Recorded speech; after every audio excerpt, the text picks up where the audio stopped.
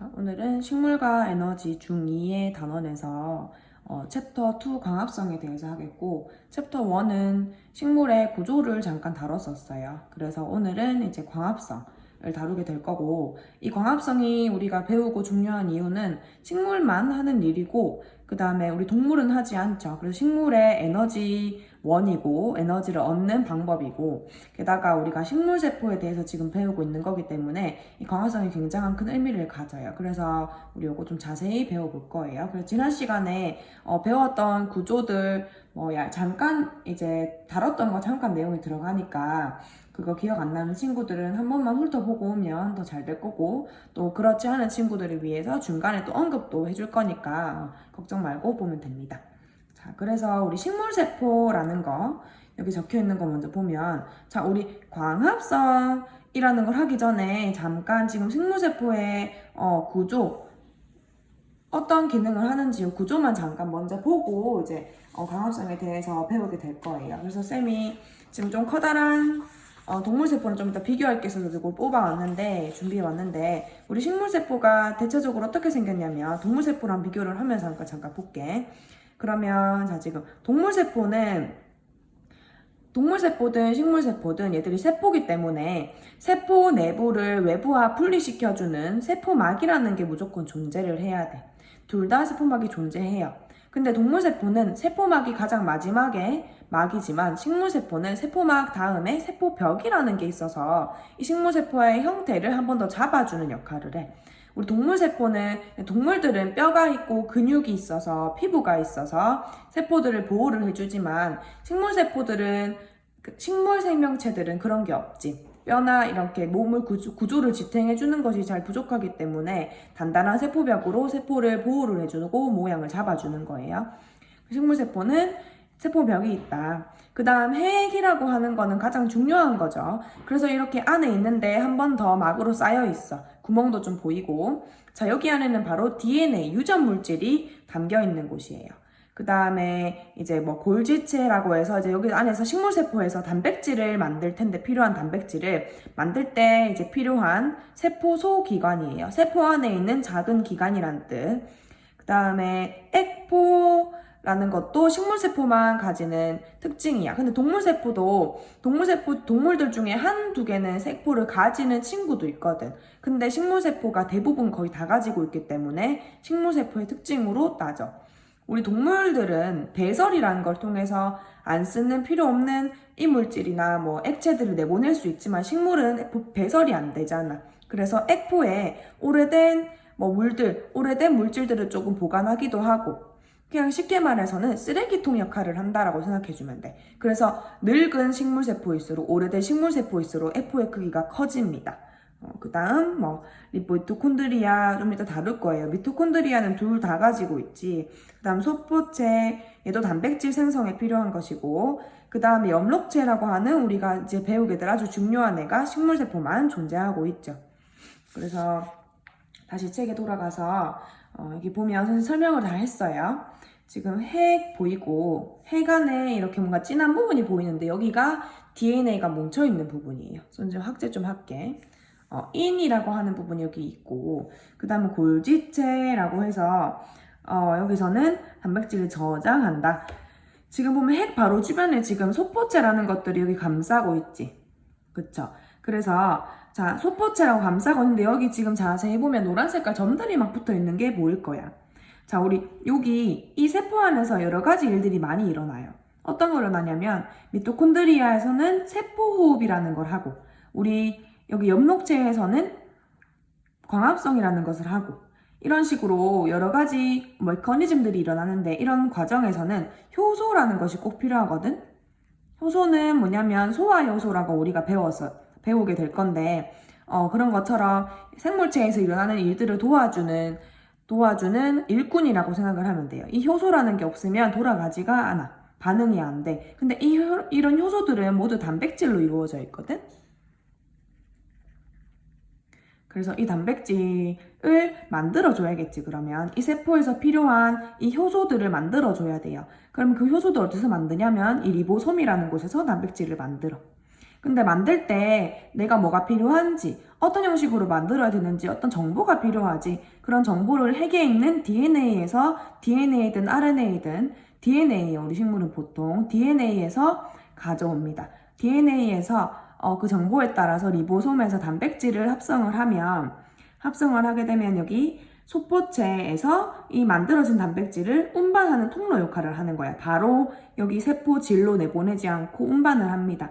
거친 면이라고 부르는 건 리보솜이 겉에 붙어 있어서 올록볼록 거친 면을 가지기 때문에 거친 면 소포체라 하는 것이고, 매끈 면은 리보솜이 없는 소포체라서 매끈 면입니다.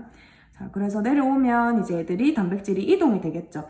이동을 하거나 아니면 여기서 운반된 단백질을 잠깐 저장하는 곳이 필요하잖아. 그 부분이 골지체야. 이렇게 뭔가 막들로 하나의 주머니들이 연결되어 있는 모습이 보입니다. 그 다음에 에포는 선생님이 방금 설명을 했고, 연록체 있고 세포벽 있고, 여기 주로라고 붙어있는 이유가 바로 액포 때문이야. 액포를 가지고 있는 동물도 있기 때문에, 뭐 집신벌레 대표적으로 우리 액포 가지고 있어. 그 다음 세포 골격, 이거는 그냥 잠깐만 봐주면 되고, 그냥 이러한 소관이나 섬유들에 의해서 세포가 골격을 이룬다만 알아주면 돼요. 미토콘드리아, 그러니까 세포 호흡하는 거, 이런 식으로 구성이 되어 있습니다. 요거는 간단하게만 지금 요거 이런 게 있구나 이해하고 들어가면 조금 더 와닿는 게 다르니까 이해하고 들어가는 거예요. 설명하고. 자, 이제 광합성에 들어갈 텐데, 자, 우리가 광합성을 왜 할까? 한번 생각해 볼까?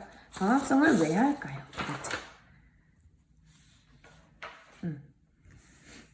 자, 우리 식물들이 얘들아, 앞에서 했어. 구조할 때 이제 뿌리가 있고 줄기가 있고, 줄기 위에 이제 이파리들이 있고, 위에 뭐 꽃도 달 거고, 나중에 열매도 이렇게 뭐 꽃, 방울토마토 뭐 이런 거 열매도 맺히겠지. 그쵸?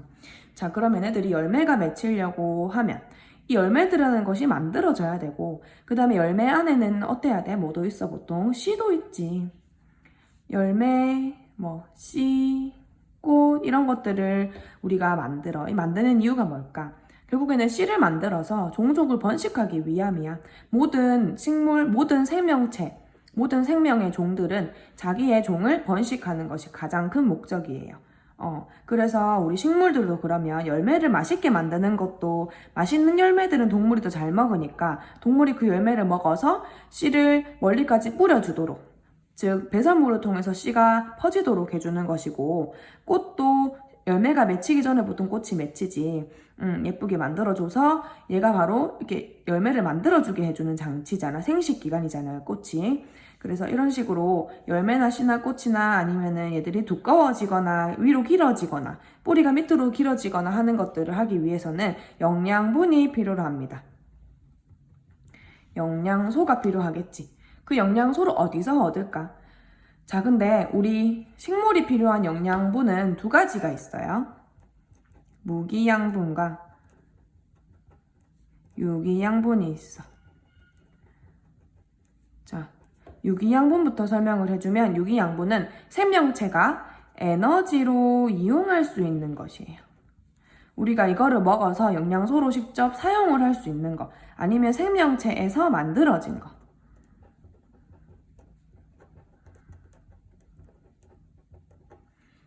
근데 무기양분은 뭐냐면, 여기 무, 유, 있을 유, 없을 무거든?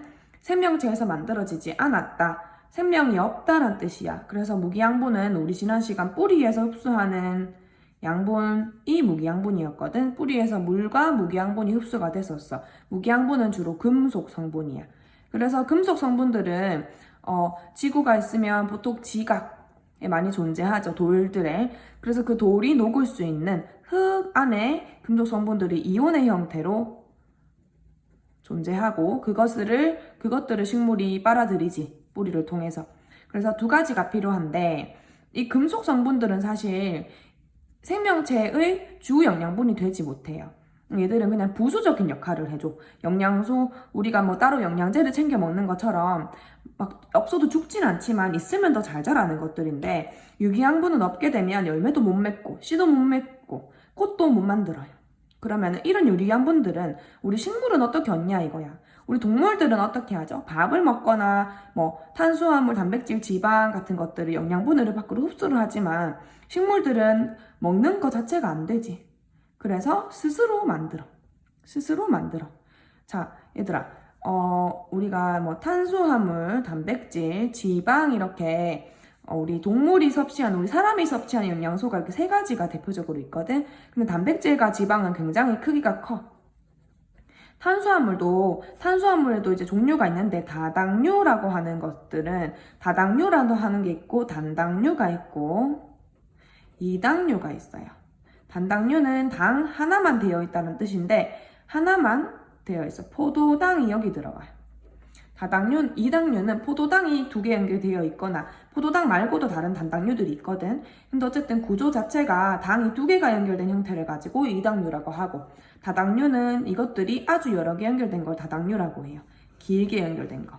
자, 우리가 보통 곡물, 감자, 고구마, 쌀 이런 것들을 이용해서 탄수화물을 흡수를 하죠. 이런 탄수화물을 흡수할 때 이런 탄수화물의 형태는 다당류예요. 굉장히 길게 연결되어 있는 형태야. 즉 크다는 얘기야. 근데 우리가 이런 영양소들을 가지고 세포에서 이용을 해야 되거든. 세포에서 이 영양소들로 에너지를 만들어서 사용을 해야 되는데 세포는 굉장히 작고 세포막도 굉장히 얇고 세포막에 빈틈을 비집고 들어가기가 굉장히 힘들기 때문에 이런 단백질, 지방, 다당류들은 못 들어가요. 그래서 단백질이든 지방이든 먹게 되면 항상 탄수화물로 바꿔서, 즉 포도당의 형태로 아니면 다른 당들이 있겠지, 이런 단당류의 형태로 세포막으로 들어가서 세포 안에서 이용을 하게 되거든. 자, 그러면 결국에는 우리 식물들이 만드는 영양분도 굳이 이런 무거운 거 만들 필요 없고 세포로 바로 들어가서 이용할 수 있는 포도당을 만드는 게 제일 낫겠지. 그래서 식물은 스스로 몸에서 포도당을 만들어내요. 포도당은 합성을 한다고 하면 돼. 그래서 그 과정이 뭐다? 광합성이다. 근데 왜 광이라는 말이 붙었냐면 빛이 꼭 있어야지 만들어진다는 거야. 그래서 한번 볼게. 지금 선생님 포도당 구조를 잠깐 언급했기 때문에 뭐 잠깐만 보여주면 외우지 않아도 그냥 보기만 보면 됩니다. 요게 포도당이고요. 요게 이제 이당류, 단당류고, 요게 지금 아밀로스 녹말이에요. 녹말 길게 연결되어 있는 형태. 이렇게 생겼어. 보면 굉장히 복잡하게 생겼죠. 자, 그러면은 우리 식물이 만들고 싶어 하는 게 뭐다? 얘를 만들고 싶어 한다는 거야. 자, 근데 그러면 여기 지금 너네가 이거 구조는 안 배워서 모르겠지만 여기 가려져 있는 게 탄소거든? 탄소는 다 알잖아, 그치? 탄소들의 결합으로 포도당이 구성이 되어 있어. 자, 그럼 어떻게 포도당을 이렇게 결합을 해서 만들어야 될까? 지금 여기 필요한 것들이 탄소도 있고 수소도 보이고 산소도 보이지. 그래서 우리 포도당의 화학식, 분자식은 C6H12O6이야. 탄소 6개, 수소 12개, 산소 6개 필요하다는 얘기예요. 그래서 요거를 책에다가 적어볼게. 포도당.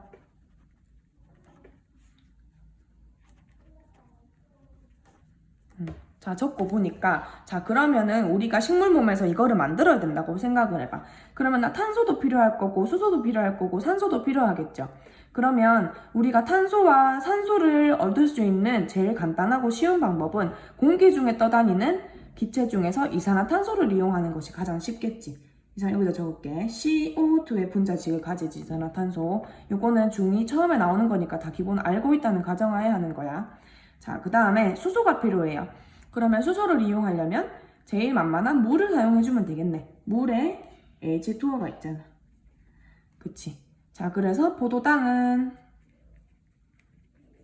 되고. 자, 그러면은 이산화탄소와 물을 이용을 해서 포도당을 만들고 나면 항상 산소가 만들어지게 돼요. 산소는 부산물이야, 부산물. 포도당이 주요 만들어지는 생성물이죠. 그래서 얘를 산물이라고 하고 산소를 부산물이라고 해주면 돼. 자, 그래서 산소도 뭐 적는 김에 적어줄게요. 자, 그러면 이런 이산화탄소와 물의 조합으로 포도당이 만들어지는데, 그럼 이산화탄소는, 불은 얘들은 뭐 이산화탄소 참고로 알려주면 이렇게 결합을 하고 있어. 물은 이렇게 하고 여기 이렇게 전자가 있고, 어쨌든. 자, 그러면 이런 얘들의 조합으로 이런 복잡한 애를 만들려면 어떻게 해야 될까? 여기를 끊고 붙여주고와 같은 굉장히 힘든 작업을 해야 돼요. 그러려면 얘들이 그냥 자르고 이렇게 못한단 말이야. 뭐가 필요할까? 이때는 에너지가 필요해요. 그 에너지가 햇빛에서 나오는 빛의 형태가 이용이 되는 거야. 그래서 여기서 여기로 갈 때는 빛이 필요하다는 거. 그러면 빛이 들어가지. 얘를 끊어내고 결합할 때 빛이 들어가. 그러면 그 빛이 가지고 있던 그 에너지라는 게 결국 어디로 들어가는 걸까? 포도당이 가지고 있는 여기 결합들 사이에 들어가고 있는 거야. 뭔가 이렇게 뜬구름 잡는 얘기라고 생각할 수도 있지만 사실이야. 빛을 먹잖아, 그치? 빛을 먹어. 빛을 흡수를 해서 뭐 하는데? 결합을 만드는 데 쓰입니다. 그래서 에너지를 들어가면 그 빛에너지가 여기 포도당의 안에 에너지의 형태가 들어있다라고 생각하면 돼. 그럼 포도당을 다시 쪼개면 뭐가 나올까? 다시 에너지를 쓸 수 있겠지. 그거 잠깐 생각해주고. 자, 그래서 광합성의 의미가 뭐냐면 하나 가지는 의의가 있어요. 한번 옮기고. 자, 빛에너지를 즉 태양에서 얻은 빛에너지를 어디다가 가둔다 했지? 포도당에 가둔다고 했지. 포도당에 그 결합하고 있는 화학 결합하고 있는 그 사이에 가두는 에너지라서 화학 에너지라고 부르고 에너지의 종류 중에 광합성은 빛에너지를 화학에너지로 전환시켜주는 하나의 반응이고 과정이야. 자, 이거는 굉장히 의미가 깊은 게 왜 그러냐면 우리가 식물 먹고 살잖아. 동물들은 식물을 주로 먹고 살잖아. 그치? 왜? 동물들은 빛에너지 이용할 수 없으니까. 식물한테 고마운 건 식물이 알아서 빛에너지를 화학에너지로 바꿔줬기 때문에 우리 동물들은 식물을 먹고 이 식물 안에 들어있는 포도당에 있는 화학에너지를 이용을 해서 운동을 하고 심장을 뛰고 등등등 생명활동을 진행을 하는 거지. 그래서 이런 의의가 있습니다. 그래서 여기 첫 번째 광합성의 의의 하에서 보면 세 번째에 있죠. 태양의 빛에너지를 화학에너지로 바꾼다. 자, 그 다음에 위에 다시 나오는데 이거 첫 번째부터 보면 이산화탄소와 물을 이용해서 유기물을 합성한다 되어 있지. 얘들은 당연히 뭔가 우리가 에너지로 사용할 수 없는 것이고 에너지로 사용할 수 없는 것이기 때문에 무기물이라고 하고 이 포도당은 우리가 생명체가 사용을 할 수 있잖아. 에너지로 사용을 할 수 있기 때문에 유기물이라고 합니다. 그래서 무기물에서 유기물로 합성을 하는 것. 그 다음에 자 우리 산소라는 것을 만들지. 근데 우리 식물이 이제 동물한테 숨 쉬라고 산소 만들어주는 건 아닌데 광합성 하고 보니까 산소가 나온 거야. 그래서 우리 의미가 있긴 있죠. 왜? 생물이 호흡할 때 필요한데 그 산소를 만들어주는 거니까. 이런 세 가지의 의의를 가진다고 생각해주면 돼. 자, 그러면 이 빛을 흡수하는데 이 빛을 흡수하는 곳은 어딜까? 이 광합성이 일어나는 곳은 어딜까? 얘는 광합성은 염록체라는 곳에서 일어납니다. 염록체 다시 아까 그림 하나 보여주면 여기 아까 염록체가 있었지. 자, 지금 확대가 안 돼서 더 자세하게는 안 나와 있는데 염록체가 안에 보면은 동전들이 막 쌓여 있는 것처럼 이렇게 생겼거든. 자, 근데 이 막들 동전 여기 안 사실은 동전처럼 생겼지만 안은 뚫려 있어. 마기의 주머니들이거든. 주머니 막에는 뭐가 있냐면 염록소라는 색소가 있어. 염록소가 뭐 A도 있고 B도 있고 하거든요. 어쨌든 염록소라는 것이 있는데 이 염록소가 바로 빛을 흡수하는 역할을 하고 염록체에서 포도당이 만들어질 수 있도록 도와주는 역할을 해. 그래서 염록소가 그럼 사용하는 빛을 한번 볼게. 저기 보면 염록소가 빛을 흡수하는 이유를 지금 색깔에 따라서 나타낸 그래프야. 자, 지금 보면 우리 이거는 이미 배웠던 내용이에요. 우리 가시광선의 색깔이 다른 이유는 각각 색마다 파장이 다르기 때문이지. 그래서 여기가 뭐 300, 여기가 뭐 800 정도로 생각하면 되겠네. 780 정도니까. 근데 염록소들이 사용하는 빛들은 주로 파란색과 빨간색, 주황색들을 사용하더라라는 거야.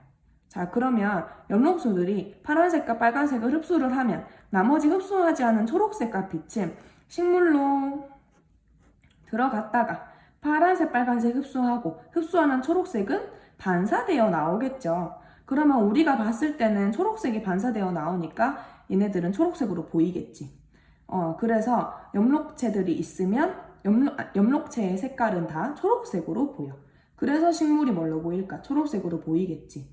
그래서 얘네들도 다 식물을 초록색으로 이렇게 표시를 해놨고, 우리 지난 시간에 이제 잎의 구조에도 보면 초록색으로 여기 지금 울타리 조직이라든지 해면 조직이 초록색으로 나와 있는 게 다 그 이유예요. 대신에 여기 표피는 초록색으로 안 나왔지. 왜냐하면 표피에는 엽록체가 없기 때문이야. 표피는 광합성을 안 합니다. 자, 그래서 우리 엽록소 때문에 잎이 초록색으로 보이는 것이고 얘들이 빛에너지를 흡수한다. 여기 밑줄 한번 칠게요. 엽록체는 식물세포 안에들은 녹색이 알갱이다라고 하는데 알갱이라고 표현은 하지만 사실은 세포 소기관이지. 세포 안에서 일하는 작은 기관. 이렇게 해주면 돼요. 자, 그러면 광합성으로 만들어지는 물질 한번 볼게. 우리가 결국에는 지금 포도당과 산소가 만들어지잖아. 그치? 자, 그러면 선생님 다 설명한 내용이니까 확인만 하는 마음으로 한번 봅시다. 포도당은 유기양분이다. 에너지로 쓸 수 있다. 자, 근데 얘들아, 포도당이라는 거는 얘는 물에 되게 잘 녹아. 물에 잘 녹아.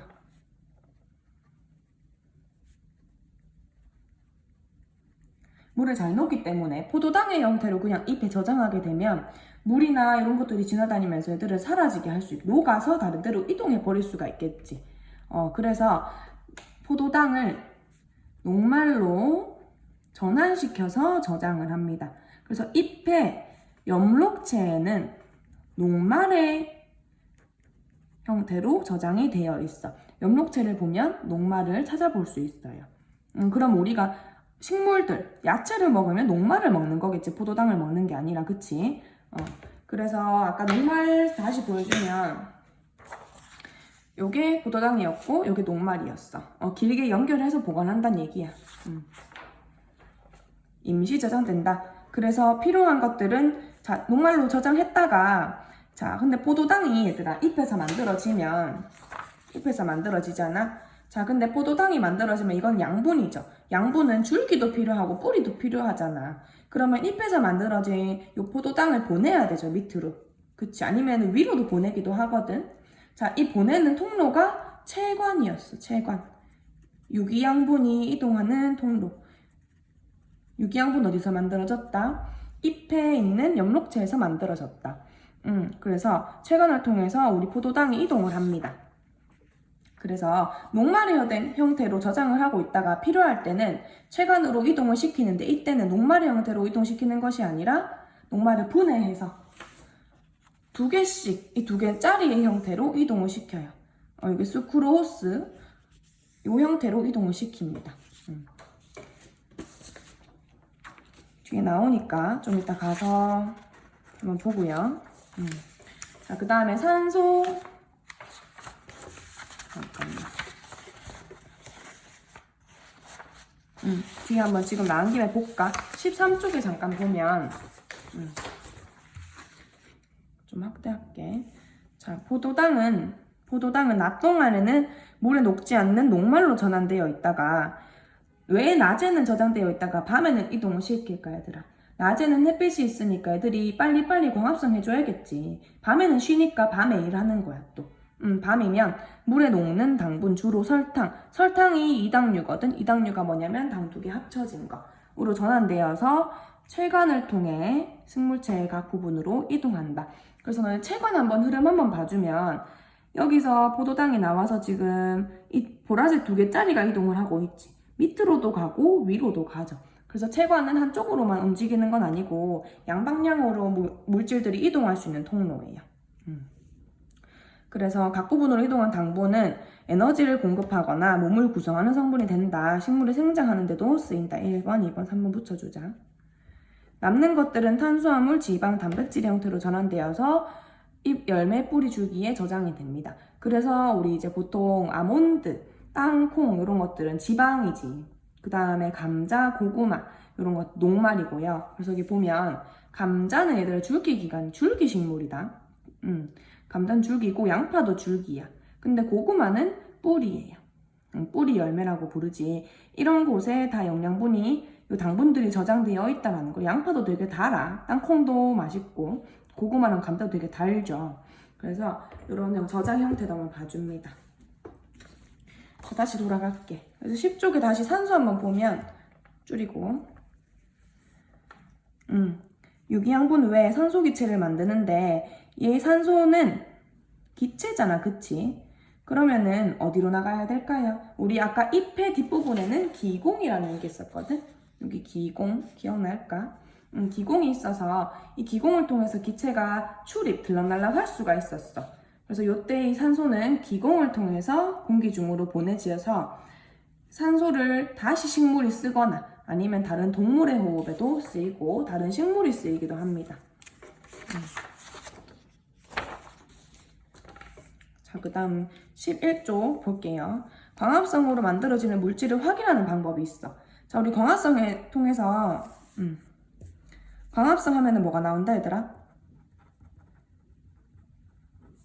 광합성 산물이라고 부르면 포도당이라고 해야 돼. 근데 포도당은 저장할 때 어떤 형태? 녹말의 형태로 바로 전환돼서 저장이 되죠. 자, 그러면 우리 이파리의 엽록체를 보면은 녹말이 여기 중간중간에 중간중간 아니지. 이제 덮여 있겠지, 그쵸? 우리가 이거 확인하고 싶어. 자, 그러면 녹말이 있는지 없는지 확인해주는 시약을 떨어뜨려 줘야겠죠. 그래서 그 용액이 뭐냐면 아이오딘화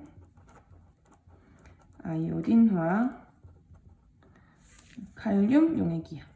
얘는 원래 용액의 색깔이 얘는 녹말 검출 용액이에요.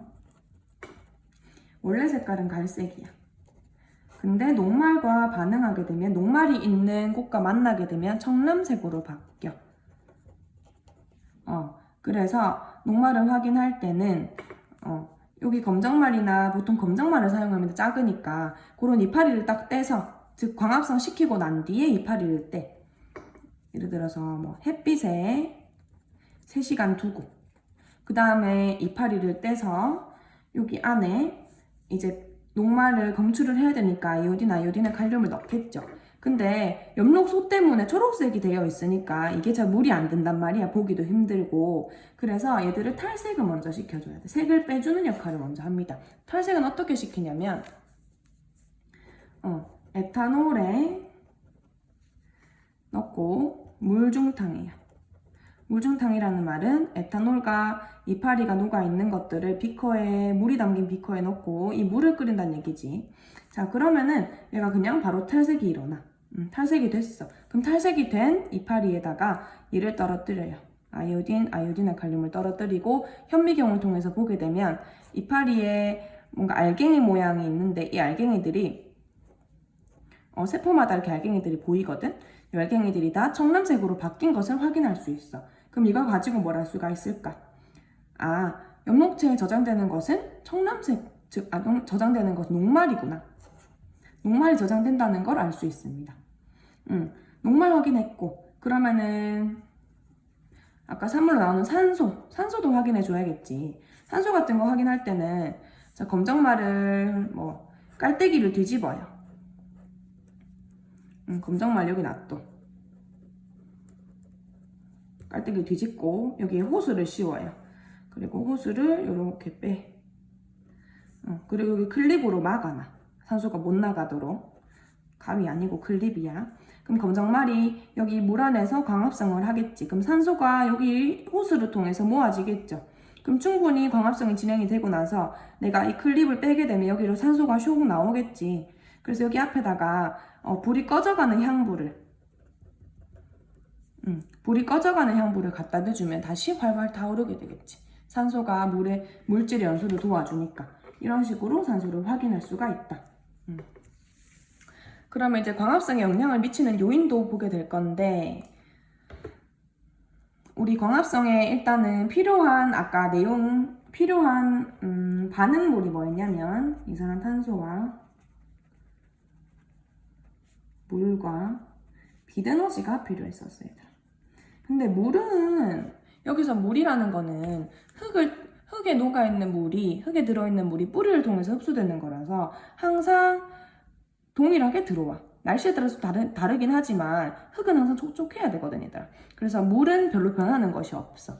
그래서 영향을 미치는 요인은 우리는 이산화탄소와 빛에너지에 관련해서 볼 건데, 자, 빛에너지는 두 가지로 나눠서 생각을 할 수가 있거든. 진짜 들어오는 빛이 세게 들어오는지 약하게 들어오는지 같은 것들. 아니면 온도, 따뜻한 정도도 영향을 미치는지 볼 거야. 그래서 이산화탄소, 빛의 세기, 온도 이 세 가지 영향에 대해서 볼 겁니다. 그래서 실험을 이렇게 했더니 여기 보면 자, 빛의 세기는 커질수록 빛의 세기가 세질수록 광합성량을 빨리 해. 근데 어느 정도 되니까 광합성량이 유지가 됐죠. 그래서 빛을 아무리 세게 해준다고 해서 광합성을 아무리 많이 하는 것은 아니다. 정해져 있다라는 거. 어쨌든 여기 보니까 빛이 셀수록 광합성을 빨리 많이 한다는 걸 알 수가 있겠지. 여기 광합성 속도도 적어놓자. 그 다음에 이산화탄소 농도도 똑같아요. 이산화탄소가 농도가 어느 정도까지 올라갈 때는 광합성이 같이 많이 하지만 이 어느 정도 기준 이상이 되면은 광합성을 더 이상 많이 하진 않는다. 유지가 된다. 근데 온도는 조금 달라. 얘는 오히려 한 30도, 40도 온도까지 오게 되면은 제일 활발하게 확 증가하지만 그보다 높아지면은 갑자기 감소하게 됩니다. 어쨌든 여기 전까지만 생각을 하게 되면 더운 지방에서 자라는 식물이 훨씬 더 잘 자란다라는 얘기겠지. 자, 근데 뒤에는 뭐냐면 얘들이 너무 온도가 높게 되면 증발을 많이 해, 물을. 근데 물을 증발 많이 하는데 그러면 물이 부족하겠지, 식물체 몸에. 근데 광합성을 할 때 물이 쓰이잖아. 그래서 온도가 높을 때는, 높은 환경에서는 안 그래도 증발을 많이 하는데 물을 사용하는 광합성까지 많이 하게 되면 얘들 식물체 몸에 물이 부족해질 가능성이 높겠지. 그래서 하지 않아요. 세 가지 그래프 기억해 줍니다. 그래서 이제 다음 거 보면 빛의 세기가 커질수록 광합성을 많이 한다는 확인하는 실험이 있어요. 이거는 자, 시금치 잎 조각을 여러 개의 조각으로 이렇게 펀치를 내서 조각을 만들어놔. 한 20개 정도 만들었어요, 여기서는. 그 다음 탄산수소, 나트륨을 넣어줘요. 자, 이거 뭐 하는 거냐면 빛의 세기에 따른 광합성 양을 보는 거거든? 그러면은 이 실험을 진행하면서 빛의 세기만 세져야 되고 나머지는 다 똑같아야 되겠지. 즉, 나머지 광합성량에 영향을 미칠 수 있는 이산화탄소와 온도는 똑같아야 되겠죠. 온도는 같은 데서 일어나기 때문에 똑같아요. 이산화탄소를 공급을 해줘야 되기 때문에 탄산수소 나트륨에 넣어주는 거야. 여기서 탄산이라는 거 보면 이산화탄소가 들어있음을 알 수 있습니다. 왜냐하면 이산화탄소가 물에 녹으면 탄산 형태로 변화가 되거든. 그래서 넣고 이 상태에서 기다려주는 거야. 자, 근데 전등 3개를 설치를 했는데 처음에는 하나만 설치를 하고 그 다음에 뭘 보냐면 잎조각이 떠오르는 걸 볼 거야. 어떻게 잎조각이 떠오를까? 자, 우리 광합성 하게 되면 산소가 발생하지. 근데 이 산소가 우리 잎의 기공을 통해서 나오게 되기 때문에 이 주변에 정말로 기포가 이렇게 생겨요. 그러면 이파리에 기포가 붙게 되면 우리 사람이 튜브 끼면 위로 뜨는 것처럼 이 시금치 잎도 위로 뜨기 시작해. 그래서 전등이 하나 켜졌을 때 시금치 잎 조각이 모두 떠오르는 데까지 걸리는 시간을 측정을 했더니 265초가 걸린 거야. 근데 전등을 2개 켜고 하니까 240초. 좀 줄었네. 더 빨리 됐네. 3개 하니까 더 빨리 됐죠. 그래서 빛의 세기가 셀수록 광합성량이 많아진다. 속도가 빨라진다. 라는 것을 알 수가 있는 실험. 그래서 여기 탄산수소 나트륨을 왜 쓰는지, 그 다음에 시금치 조각이 왜 떠오르는지 요거 2개 중요하니까 봐줍니다. 자, 그래서 밑에 보니까 빛의 세기가 셀수록 산소의 양이 증가한다. 그 말인즉슨 광합성량이 증가한다라는 얘기겠지. 그래서 2번 요 결과를 알 수 있다. 그래서 이런 식으로 실험을 하기도 하고 아니면 실제로 이제 검정말로 실험을 하고 검정말이 이렇게 작게 생겼거든. 검정말에 기포가 이렇게 맺혀. 이 기포를 세는 실험도 있어. 기포의 수를 세는 실험. 기포가 동글동글 보이기 때문에. 이런 식으로 빛의 세기가 광합성량에 어떤 영향을 미치는지 알 수 있는 실험이에요.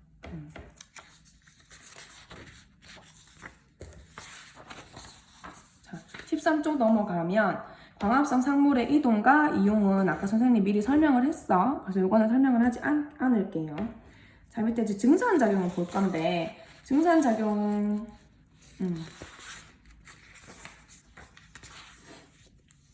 볼게.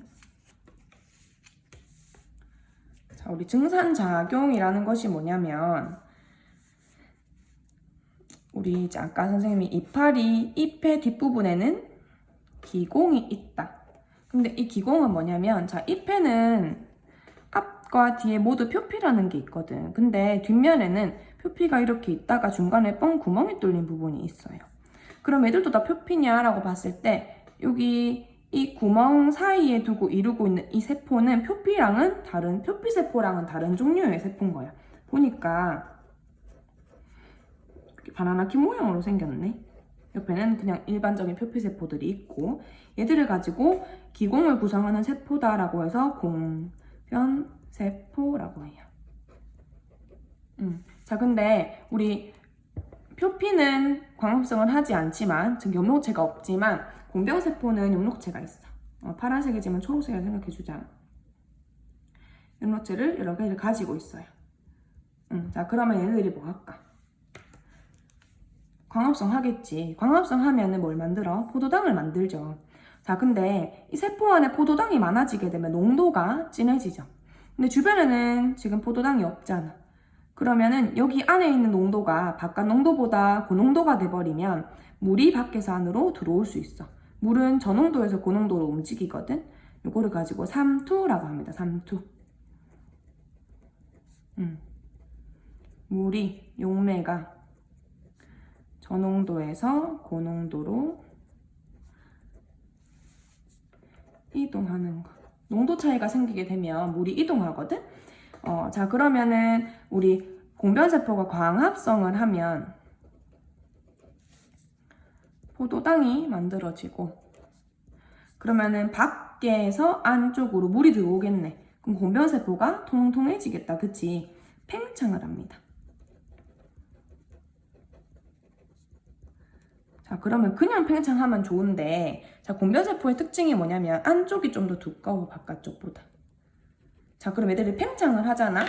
그러면은 이렇게 있다가 얘들은 가만히 있고 바깥만 커지니까 얘들이 이렇게 밀려나요. 여기 뒤에 사진을 볼게. 나오죠? 자, 풍선의 안에 테이프를 붙였어. 두껍게 못 움직이도록 이제 비슷한 상황을 만들어준 거지. 그러고 풍선을 부풀리니까 안쪽은 두꺼워서 잘 늘어나지 않는데 바깥쪽만 늘어나게 되니까 애들이 구부러지는 거예요. 구부러지다 보니까 안쪽에 이렇게 공간이 생기죠. 이게 기공이라는 거지. 자, 그래서 광합성이 일어나게 되면 공변세포가 팽창하게 되면서 공변세포 기공이 오픈 열립니다. 자, 근데 이건 언제 일어날까 얘들아? 낮이랑 밤 중에. 광합성이 일어나줘야 되니까 이건 낮이겠죠. 그럼 밤에는 광합성을 안 하니까 포도당이 만들어지지 않겠지. 그래서 공변세포가 다시 수축을 해요. 안에 있는 물이 빠져나가는 거야. 포도당도 같이 없어지고. 그래서 기공이 다시 닫힙니다. 그래서 이 일을 하기 위해서, 즉 공변세포는 안에 있는 광합성 양에 따라서, 포도당의 양에 따라서 팽창과 수축을 반복하면서 열었다가 닫았다가 이거를 조절을 하는 거예요. 자, 그러면 이게 열리면 뭐가 나올까? 이 사이로 어떤 기체가 나오게 될까? 물론 아까 이제 광합성하고 난 나머지 산소도 나오겠지. 산소도 나오겠지만 주로 나오는 것이 수증기예요. 놀랍게도. 자, 수증기, 왜 뿌리로 먹었는 거를, 뿌리로 흡수한 물을 아깝게 왜 이렇게 기공으로 내뱉을까?